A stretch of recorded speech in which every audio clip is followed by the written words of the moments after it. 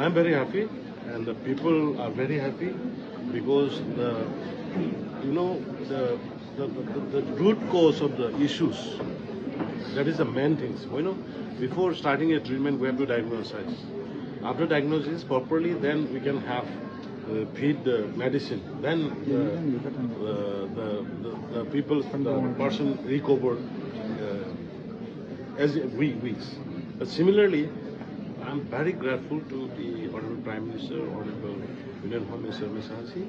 After seeing the tweet, which was tweeted by the Honorable Union Home Minister, mentioning particularly due to these two issues, FMR and the lack of fencing, thus it has threatened the internal security of India and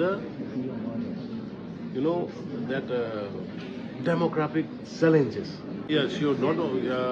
This I have already requested the Honda teams to visit to the relief camps so that they can appoint salad and they can train the boys and the girls from the relief camps and they can be appointed. People are keeping very much hope.